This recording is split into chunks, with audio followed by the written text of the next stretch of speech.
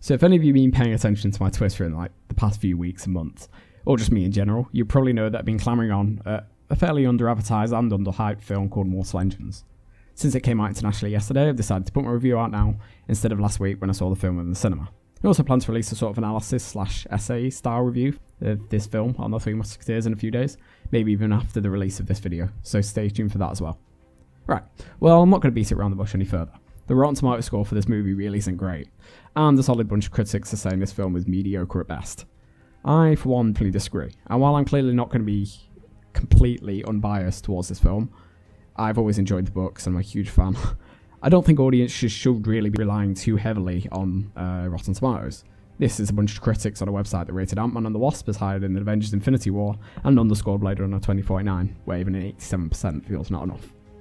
As a film, Mortal Engines is kind of difficult to judge. It's a bit clunky in places, the multiple plot lines from the book aren't translated great, and some of the writing leaves a little bit to be desired.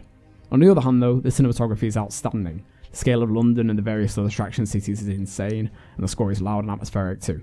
But really where the film is at its best is how it portrays the imaginative world in the books by Philip Reeve, whether it's aboard the enormous floating station of Airhaven or the giant shield wall of Shangguo. Every location feels fresh and imaginative, and was exactly how I envisioned it would look. And with some great extras thrown in too.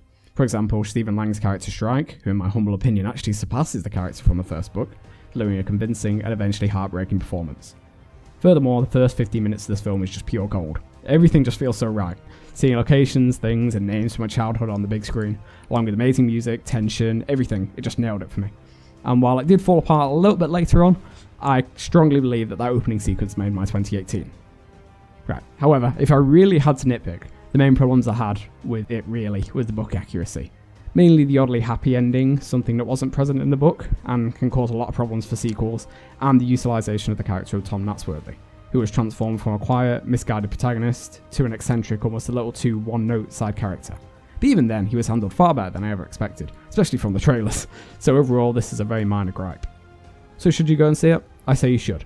Don't go in with too many unreasonable expectations of a new cinematic masterpiece, but don't go in expecting a bad film. This film is neither. It's a fun, imaginative experience that will probably age a lot better than most book-to-film adaptations in the modern world. I'm going to give this a reasonable 7 out of 10 overall, but a solid 9 out of 10 for fans of the book or people who just want to go and see giant cities duking it out in a distant steampunk future.